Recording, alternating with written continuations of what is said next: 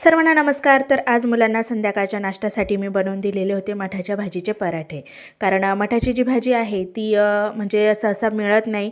कारण मी बऱ्याच दिवसांपासून मार्केटमध्ये बघत होती, पण मला काही मिळत नव्हती आणि अचानक भेटलेली होती. पण मुलांना भाजी करून दिली ना की मुलं खात नाही. पण मग हे असे छान पराठे बनवून दिले की मुलं आवडीने खातात. आणि खरंच मठाच्या भाजीचे जे पराठे आहेत इतके छान आणि क्रिस्पी झालेले होते की मुलांनी अतिशय आवडीने खाल्लेले होते.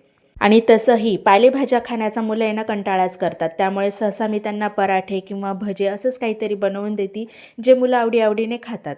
तर सर्वात आधी मी भाजी छान निवडून घेतलेली होती. त्यानंतर धुवून घेतली आणि मग छान बारीक कट करून घेतलेली होती. त्यानंतर इथे मी मध्ये घेतलेलं होतं थोडंसं मक्याचं पीठ, तांदळाचं पीठ, गव्हाचं पीठ आणि बेसन पीठ. त्यानंतर थोडा ओवा लागेल तसं मीठ घेतलेलं होतं. आणि आपलं हिरवी मिरची, लसूण हे सर्व छान याची पेस्ट बनवून घेतलेली होती आणि थोडीशी वरतून कोथिंबीर टाकलेली होती. तर हे असं छान पीठ मळून झालेलं होतं. तर जास्त पाणी टाकायचं नाही आहे, लागेल तसंच घ्यायचं आहे. आणि हे असे छान लालसर पराठे माझे तयार झालेले होते.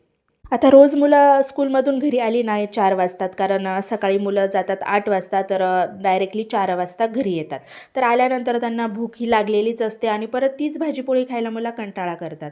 मग मी त्यांना हे असं काहीतरी छान बनवून देते. मुलं पण आवडीने खातात आणि मग फ्रेश पण होतात संध्याकाळचा होमवर्क करण्यासाठी. तर हे असे छान पराठे झालेले होते. सोबत दही दिलेलं होतं आणि घरामध्ये सॉस होता. तर त्यासोबत मुलांनी छान खाल्लेलं होतं आवडीने. आणि संध्याकाळच्या वेळेस आहे ना चहाचा टायमिंग पण आपला असतोच. तर त्यांच्यासोबत छान गरमागरम मी चहा पण घेतलेला होता. तर दोघांना पण खूप आवडलेले होते आणि दोघंही सोबतच हे असे छान नाश्ता करतात संध्याकाळचा. आणि विवानने त्याचा प्रोजेक्ट बनवलेले होते, म्हणजे ही त्याची जी प्रोजेक्ट वही आहे ना त्यामध्ये त्याला हे बनवण्यासाठी दिलेलं होतं. तर हे खूप आवडीने विवान करतो, तर त्याचाही छोटासा व्हिडिओ मी घेतलेला होता. चला तर भेटूया पुढील ब्लॉगमध्ये. बाय.